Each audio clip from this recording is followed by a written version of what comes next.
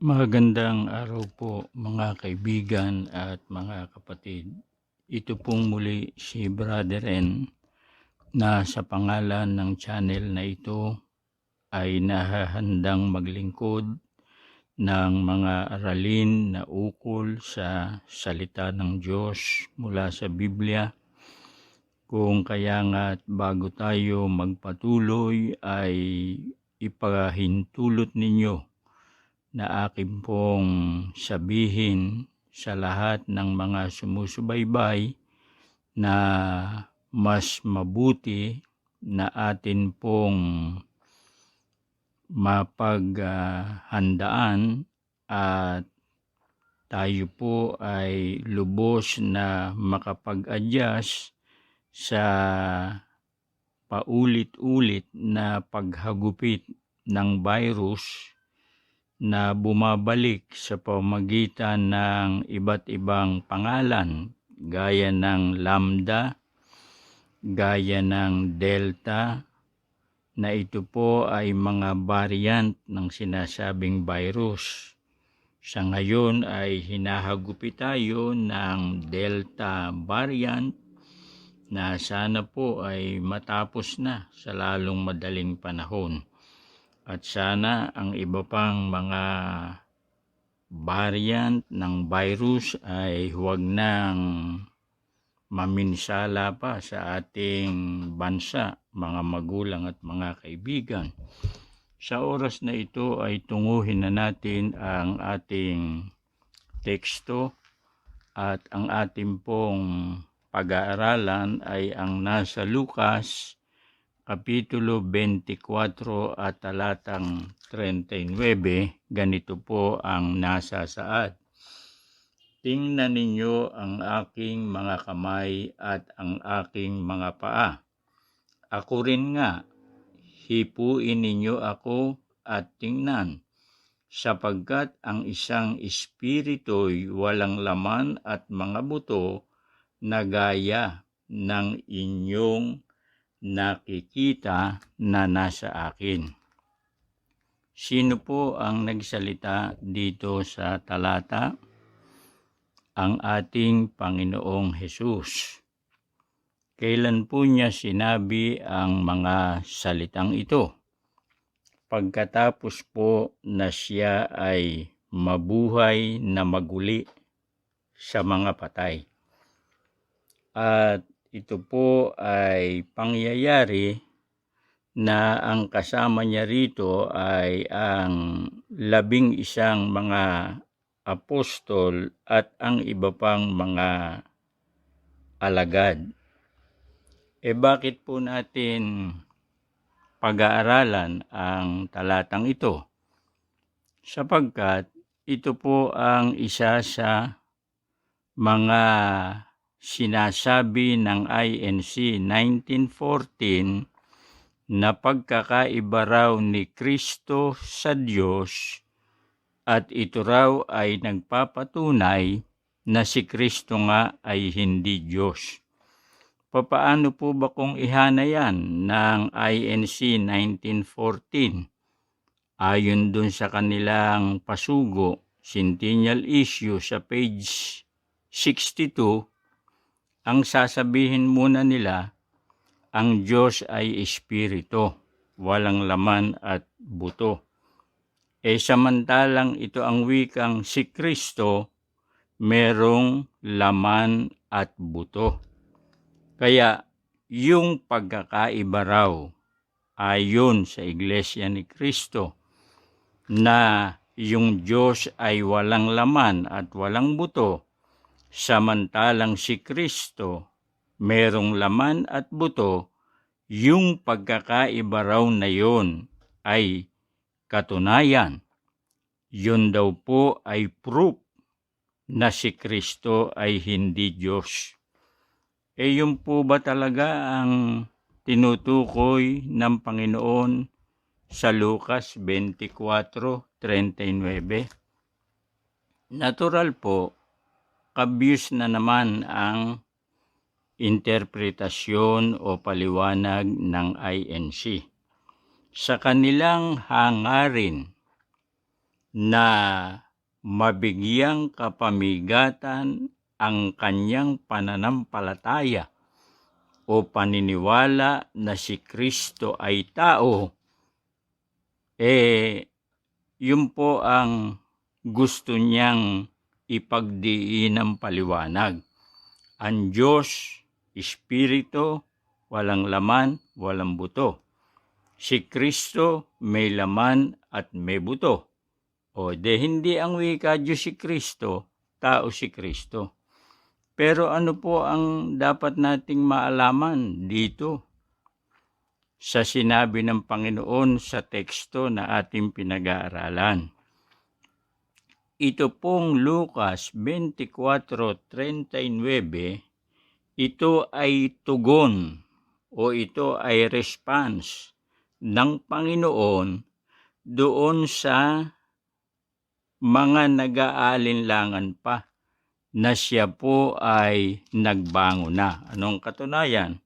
Ito po ang sinasagot ng Panginoon doon sa Lucas 24:39.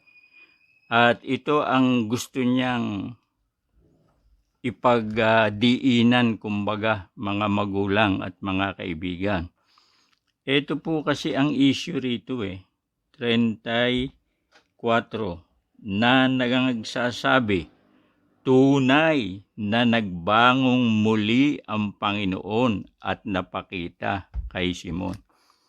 Merong mga alagad, sinabi dun sa 11 at dun sa iba pa, yung salitang inyong napakinggan, tunay na nagbangong muli ang Panginoon. Yun po ang pinapaksa rito Kasi hindi ba alam naman natin, ang Panginoon ay inilibing. Pagkatapos nagpunta yung mga disipulo, hindi na nila nakita yung bangkay o yung katawan ng Panginoon, kaya nalulungkot sila. Hindi pa nila lubos na nauunawaan yung mga kasulatan, maliban nung yun po ay buksan ng Panginoon ang kanilang mga pag-iisip, saka lamang nila naunawaan yung punot dulo kung bakit hindi nila nasumpungan doon yung katawan ng Panginoon. Sa madaling salita, ito nga po, tunay na nagbangong muli ang Panginoon. Para yan po ay mabigyan ng kapamigatan ng Panginoon sa 11 alagad at doon sa iba pang mga disipulo, sinabi niya yung 39 ng Lucas, tingnan ninyo ang aking mga kamay at ang aking mga paa. Ako rin nga, hipuin ninyo ako at tingnan, sapagkat ang isang espiritu'y walang laman at mga buto na gaya ng inyong nakikita sa akin. Ang binigyan ng kapamigatan ng INC yung huling bahagi, ang espiritu, walang laman at buto na gaya ng inyong nakikita sa akin. Samantalang yung mahalagang dapat na maunawaan dito yung salita ng Panginoon, kasi dito po sa Tagalog, ako rin nga,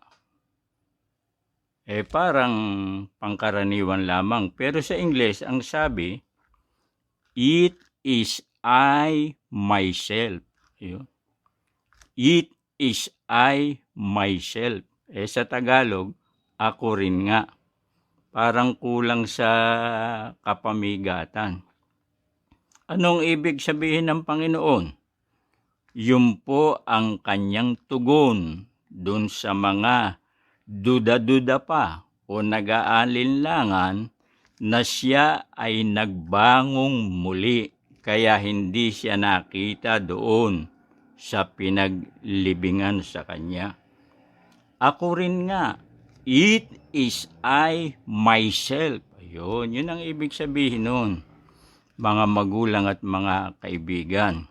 Yun po ay sagot, yun po ay response na responsive dun sa topic. Ang topic nagbangong muli ang Panginoon. Natural, pinatotohanan, pinatibayan ng Panginoon na siya nga ay nagbangong muli. Hindi nga kasi po naintindihan agad yan ng mga alagad Kaya nalungkot sila nung wala dun sa dakong pinaglibingan. Ano bang sabi ng Panginoon? Nang magkagayoy, dito rin sa Lucas, talatang 45, nang magkagayoy binuksan niya ang kanilang mga pag-iisip upang mapag-unawa nila ang mga kasulatan. Binuksan pa yung isip ng mga alagad para maintindihan ng kasulatan. Ano bang nasa kasulatan? 46. At sinabi niya sa kanila, ganyan ang pagkasulat. Kasulatan nga. Na kinakailangang maghirap ang Kristo at magbangong muli sa mga patay sa ikatlong araw. Yan po ang topic dyan Tunay na nagbangong muli ang Panginoon. Kaya nung siya po ay magpakita sa 11 alagad, mga apostol at mga iba pang disipulo, anong sabi niya? It is I myself. Sa ibang salita, yun na yun. Natupad yung kasulatan. Hindi nga agad naintindihan Kailangan pambuksan ng Panginoon ang kanilang mga pag-iisip upang maunawa yung nasa kasulatan. Ano bang nasa kasulatan? Kinakailangang maghirap ang Kristo at magbangong muli sa mga patay. Kaso po ang binigyan nga ng kapamigatan ng INC, may laman at may buto. Kaya iba siya sa Panginoon o sa Diyos, sapagat ang Diyos ay Espiritu. Pagsusundan po natin yan, baka hindi rin maipaliwanag ng INC yung mga iba pang issue tungkol dito. Kasi po, ang Panginoon napakita sa kanila. Nung hindi agad sila naniniwala dahil sila'y nagalak o nagagalak, ano bang dapat nating maunawaan? 41 ng 24. 24:41, yun ang ibig sabihin. At samantalang hindi pa sila nagsisisampalataya dahil sa galak at nagsisipanggilalas. Hindi agad nakuha ng mga apostol ng mga alagad Yung sabi niyang, it is I myself. Tingnan ninyo ang aking kamay, ang aking mga paa. Hipuin ninyo, it is I myself. Kumbaga, hindi pa napagwawari ng mga apostol na yun ang katuparan ng kanyang pagbangong muli, na yun naman ay naaayon din sa mga kasulatan. Ngayon, anong sabi? Samantalang hindi pa sila nagsisisampalataya dahil sa galak at nagsisipanggilalas, sinabi niya sa kanila, mayroon baga kayo ritong anumang makakain? Samantalang dinadigest pa, kumbaga, ng mga alagad yung sinabi ng Panginoon na siya ay nagbangon na nga. It is I myself, sabi ng Panginoon. Siya rin, yung nagbangon na muli o nabuhay na maguli. Anong sabi niya? Nagtanong siya, meron ba kayo ritong anumang makakain? At binigyan nila siya ng isang putol na isdang inihaw. Nagtatanong ang Panginoon ng pagkain. Binigyan nila ng mga alagad ng isang putol na isdang inihaw. At kanyang inabot yaon at kumain sa harap nila. Ano po ang dapat nating mapansin dito? Nagtanong, meron ba kayo dyan pagkain? Yun. Samantalang nanggigilalas pa yung mga alagad. Ang ginawa ng mga alagad, inabutan siya ng isang putol na isdang inihaw. Anong ginawa ng Panginoon? Inabot ng Panginoon at kumain sa harap nila. Pansinin po ninyo, kumain ang Panginoon sa harap nila. Ito'y pagkatapos ng mabuhay na maguli, ang Panginoon. At pagkatapos sabihin ng Panginoon, "It is I myself." Yun po ang pangyayari dito. Bakit ba natin naman sinabi pa yan, mga magulang at mga kaibigan? Kasi po, pagkatapos kumain, kung ating babasahin yung kabuuan ng chapter 24, pagkatapos kumain, nagturo ang Panginoon, nag-lecture, ayun nga. Pagkatapos nagbigay ng, sabihin na nating last minute instruction, manatili kayo sa Jerusalem, hintayin nyo ang kapangyarihan, yung mga ganoon po. Ipangangaral sa kanyang pangalan o sa pangalan ni Jesus ang pagsisisi sa lahat ng mga bansa mula sa Jerusalem.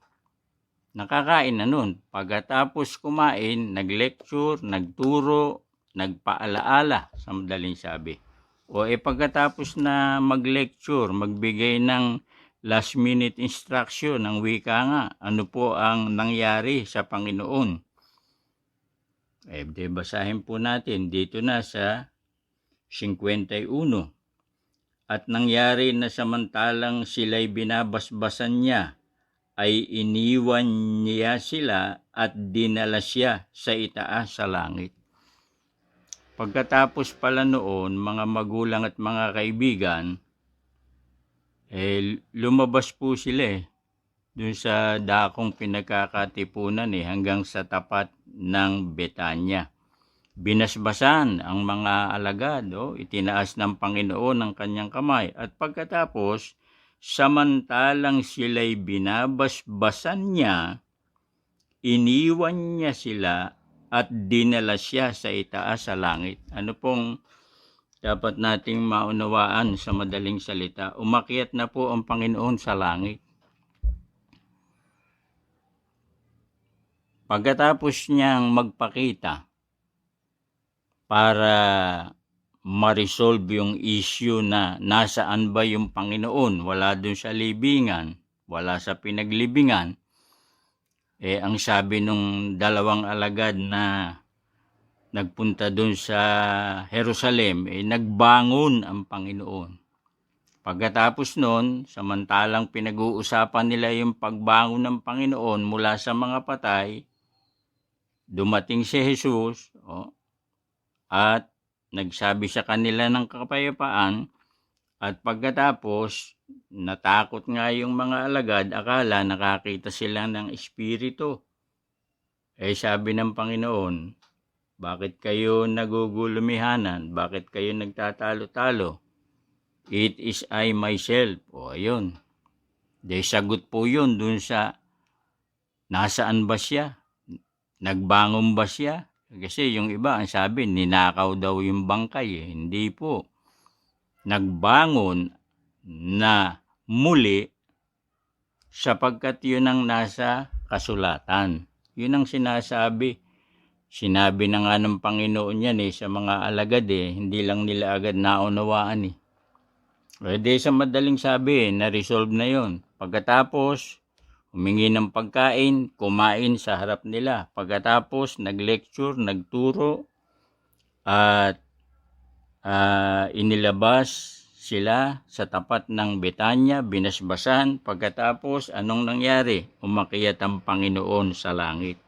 Ngayon, nung nasa langit na ang Panginoon, ano po ang paniwala ng INC? Ito ang basahin natin. mga magulang at mga kaibigan. Nasa langit na ang Panginoon. O anong sabi sa Pasugo, Centennial Issue, page 62? Truth is, the Lord Jesus Christ, who is now in heaven, sitting at the right side of God, remains a man in nature or state of being. Ang katotohanan ng wika, ang Panginoong Hesukristo na ngayon ay nasa langit na nakaupo sa kanan ng Diyos, ay nananatiling tao sa kalagayan. Remains a man in nature or state of being. Di ba umakyat na ang Panginoon sa langit pagkatapos na siya ay magpakita sa mga alagad, pagkatapos niyang sabihin, "It is I myself," pagkatapos niyang humingi ng pagkain, mag-lecture, magbigay ng last-minute instruction, entonces nasa langit na. Anong paniwala ng INC? Remains a man in nature. Si Kristo raw ay nananatiling tao sa kalagayan, samantalang siya ay nasa langit na nakaupo sa kanan ng Diyos. Yung nakaupo sa kanan ng Diyos, may video po tayo dyan Colosas 3:1. Kasi yung ginamit ng INC na sitas, awit 80:17 at Colosas 3:1, magkakontra po yun Nandun po sa video ni Brother Ren, Colossians chapter 3 verse 1. Dito naman ang ating pansinin, yun daw si Lord Jesus Christ na nasa langit, nananatiling tao sa kalagayan. Yung nasa langit na ang Panginoon, walang pagtatalo ron mga magulang at mga kaibigan Si Brother Ren naniniwala nasa langit na ang Panginoon. At yung sinasabi dun sa huling bahagi ng Kapitulo 24 ng Lucas, umakyat na talaga ang Panginoon sa langit Ang INC naniniwala ring nasa langit. Si Kristo, nandun daw nakaupo sa kanan ng Diyos. Sabi ko nga sa inyo, may sagot tayo dyan sa kanilang kontradiksyon na paliwanag Dito naman ngayon, yung sabi nilang nananatiling tao sa kalagayan. Anong dapat nating liwanagin dito? Yung sinabi po dun sa talata sa 24:41 hanggang 42. Meron ba kayong makakain? Binigyan siya ng isang putol na isda. Sa Bibliang English, may kasama pang honeycomb Hindi lang isda. Anong ginawa ng Panginoon? Kumain ng wika sa harap nila. Malinaw po yan, Bago umakyat sa langit ang Panginoon, hindi lamang siya nagturo o naglecture. Hindi lamang siya nagbigay ng tagubilin. Hindi lamang siya nagbigay ng mga utos. Bago siya nag-lecture, kumain muna.